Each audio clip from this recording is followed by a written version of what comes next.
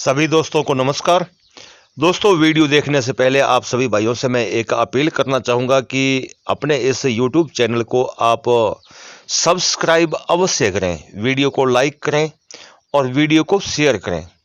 मैं आपको बिल्कुल सही और सटीक जो जानकारी है कड़कनाथ को लेकर, वो आपको मैं समय समय पे देता रहूँगा। आजकल आपको मालूम है कि भांत भांत के वीडियो लोग कड़कनाथ को लेकर अपलोड कर रहे हैं, लोगों को भ्रमित कर रहे हैं। तो मैं आपको भ्रमित नहीं करूंगा। जो सही और सटीक जानकारी है, जो मैंने पाई है, जो मैंने हासिल की है कड़कनाथ मुर्गों को लेकर, तो वो आपको मैं समय समय पे देता रहूंगा। दोस्तों, कहना चाहूंगा कि आपको ज़्यादा कुछ करने की कोई आवश्यकता नहीं है। आप केवल 30 या 20 आप चूजे लेकर उनसे आप एक अच्छी खासी आप कमाई कर सकते हो। थोड़ा सा आपको पहले कठिनाई का सामना करना पड़ेगा। जब ये बड़े हो जाएंगे, अंडे देने के लायक हो जाएंगे, उसके पश्चात आपको कोई भी ऐसी कठिनाई का सामना नहीं करना पड़ेगा। न ही आपको इनकी कोई खास व्यवस्था करनी पड़ेगी। लोग बताते हैं कि आपको ये करना है, वो करना है, नहीं, कुछ नहीं करना है। अगर आप ग्रामीण इलाके से संबंधित हो तो आपसे निवेदन है कि आपको किसी भी प्रकार की कोई भी व्यवस्था करने की कोई आवश्यकता नहीं है। मात्र एक आप जो गांव में आम खास जो खुड्डा बनाया जाता है, जिसे हम जाली लगाकर ईंटों द्वारा थोड़ा बनाते हैं, उसी भांत का आप एक स्ट्रक्चर बना लोगे तो भी आपको कोई दिक्कत परेशानी का सामना नहीं करना पड़ेगा। अगर आप 30 नग आपने लिए हैं या आपने 20 नग आपने पाले हैं, तो आपको मात्र 10 फुट या 8 फुट लंबी और लगभग 3 फुट चौड़ी आप अगर खुड्डी बनाते हो, छोटा सा एक स्ट्रक्चर आप बनाते हो आगे जाली लगाकर, तो मेरे ख्याल में ये बेहतर होगा। और दोस्तों, कहना चाहूँगा कि जो लोग छोटे चूचे, जो कड़कनाथ के चूजे पालते हैं, 1 दिन के या 2 दिन के जो चूजे लेके आते हैं और उनसे वो चाहते हैं कि हम बहुत बड़ा पोल्ट्री फार्म हम खोल लेंगे, तो उनके लिए मैं कहना चाहूँगा कि आप खोल सकते हो छोटे चूजों के साथ भी, लेकिन उनकी जो देखभाल है वो अति आवश्यक है। बताना चाहूँगा दोस्तों, इनको रखने का जो चूजों को रखने का जो कार्य है वो आपको मैं बता दूं कि हम लोग सभी चूजों को एक साथ हम रखते हैं। ये बहुत गलत बात है। आप खाने बनाएं, एक खाने के अंदर 5 चूजे या 7 चूजे ही आप रखें, क्योंकि आजकल आपको मालूम है नवंबर दिसंबर का महीना है, ठंड का महीना है, तो ये बच्चे जो हैं, चूजे जो हैं, ये सभी इकट्ठा होकर गर्मी के लिए इकट्ठा होकर ये खड़े रहते हैं या बैठते हैं।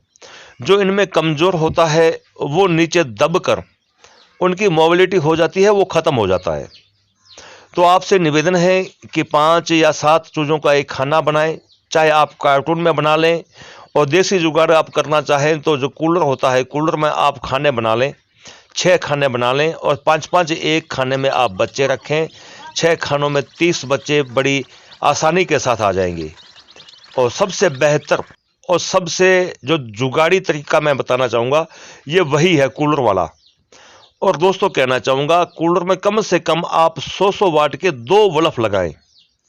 इनकी जो आपस में डिस्टेंस है वो कम से कम 1 फुट का आप रखें, 1 फुट की आप ऊंचाई रखें और 1 फुट का ही आप इनमें डिस्टेंस रखें।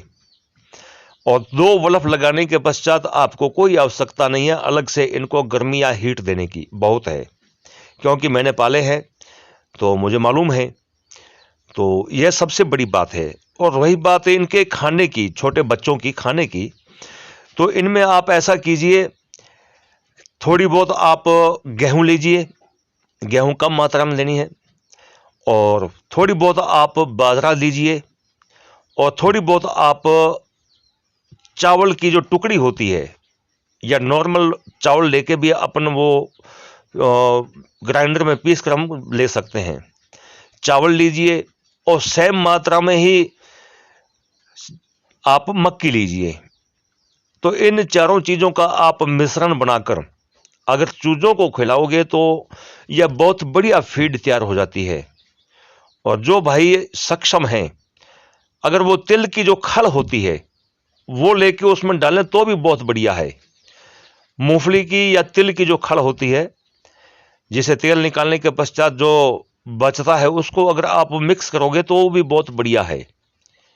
तो ये इसकी फीड तैयार हो गई है। और कई लोग कहते हैं कि इनको वैक्सीन लगानी पड़ेगी, इनको वो देना पड़ेगा, ये देना पड़ेगा। दोस्तों, मैं साफ और स्पष्ट कहने का आदी हूं, कुछ भी करने की आवश्यकता नहीं है। अगर आप 30 या 20 नग आप पालते हो तो मेरे ख्याल में कोई वैक्सीन की आवश्यकता नहीं है। ये जो बड़े बड़े पोल्ट्री फार्म बने हुए हैं, 5-5, 6-6 हजार की संख्या में जो पालते हैं, उनको ये आवश्यकता होती है। 20 या 30 हम नग लेके पालते हैं तो मेरे ख्याल में किसी भी वैक्सीन की आवश्यकता नहीं है। समय समय पे आप उनके लिए चुग्गा पानी की व्यवस्था करते रहें, समय समय पे उनको आप पानी दें। पानी रात के समय, आज के इन दिनों में नवंबर दिसंबर में शाम के वक्त इनके लिए पानी आप मत रखें, क्योंकि ये बच्चे हैं, एकदम भीड़ लगा के वो पानी पे ये जाते हैं और जैसे ही पानी को देखते हैं तो ये भीग जाते हैं। भीगने के पश्चात इनको ठंड लगती है और सुबह हम देखते हैं तो 1-2 बच्चा खत्म हो जाता है। तो आपसे निवेदन है कि शाम के वक्त आप इनको पानी मत दें। रात के वक्त शाम को आप इनको चुग्गा पानी खिलाकर आप इनको ताड़ते वक्त पानी आप मत दें। दोस्तों, अगर रात को पानी आपने रखा तो ये पानी के अंदर भीग जाएंगे और भीगने के पश्चात आपको मालूम है कि इनको ठंड लगेगी और सुबह 1-2 बच्चा खत्म हो जाएगा। और सबसे जो बड़ी बात मैं आपको बताना चाहूँगा दोस्तों, ये जो चीज़ खाते हैं उसके संदर्भ में मैं कहना चाहूँगा कि हरा जो चारा मिलता है, जो बाज़ारों में आम खास मिलता है, गांव में तो सभी को मालूम है। आप हरा चारा लेके आएँ, जैसे बरसीम है या जवी है या जैसे कोई भी हरा चारा है पत्तियों वाला, वो आप लेके आए घर पे, उसको किसी चाकू से या ऐसे ही किसी साधन से आप बिल्कुल बारीक काट लें और उन बच्चों को आप खिलाएं। ये बड़ा ही चाव से खाते हैं और इनकी जो वृद्धि होती है वो भी बहुत अधिक होती है इस हरे चारे से।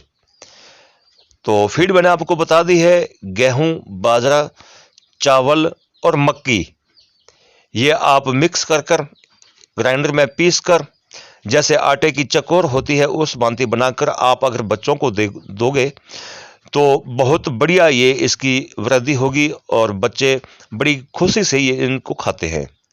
और हरा घास वो मैंने आपको बोल ही दिया है। और दोस्तों, सबसे बड़ी बात मैं आपको कहना चाहूँगा कि दिन में कम से कम 2 घंटे आप इनको खुला छोड़िए और आप ध्यान रखें इनको, क्योंकि बाकी तो किसी का डर नहीं है, लेकिन ये जो कौवे हैं ये इन बच्चों को उठा के ले जाते हैं। तो कौवों से आप सावधानी रखें और कम से कम दिन में धूप जब निकले तो 2 घंटे आप इनको धूप में इधर उधर इनको भाग दौड़ करने दें, क्योंकि ये भाग दौड़ करेंगे, इनकी वर्जिश होगी और इनकी जो पैदावार है जो बहुत ही बढ़िया होगी, इनकी एक्सरसाइज हो जाएगी। तो ये चंद बातें हैं ध्यान देने योग्य। अगर आप 20 या 30 बच्चे लेकर कड़कनाथ के और अपना व्यवसाय चालू करना चाहते हो तो मेरे ख्याल में सबसे बढ़िया और सुनहरी मौका है। और दोस्तों, कहना चाहूँगा कि बच्चों की आप विशेष तौर पे ध्यान रखें। वैक्सीन की कोई आवश्यकता नहीं है, मैं दावे के साथ कहता हूं। अगर आप इतने एक बच्चे पालोगे 20-30 तो कोई वैक्सीन की आवश्यकता नहीं है, कोई पाउडर की आवश्यकता नहीं है। बस आप खान पान का ध्यान रखें और इस फीड का आप ध्यान रखें, हरा चारा इनको खिलाते रहें, इनमें कोई भी ऐसी बीमारी नहीं लगती है।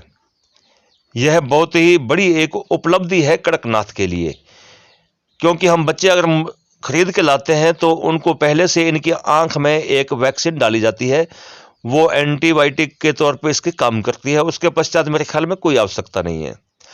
तो दोस्तों, आपसे निवेदन है, इसी भांति मैं आपको कड़कनाथ से संबंधित वीडियो में आप लोगों के लिए अपलोड करता रहूंगा, लेकिन आपसे गुजारिश है हाथ जोड़कर कि अपने इस चैनल को आप सब्सक्राइब अवश्य करें, वीडियो को लाइक करें, शेयर करें।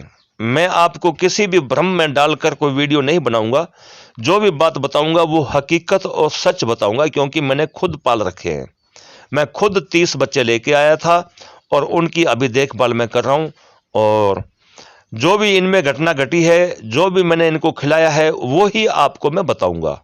कोई अलग से बनाकर आपको मैं उल्लू नहीं बनाऊंगा। तो आपसे निवेदन है, वीडियो को शेयर, वीडियो को सब्सक्राइब, चैनल को अवश्य करें।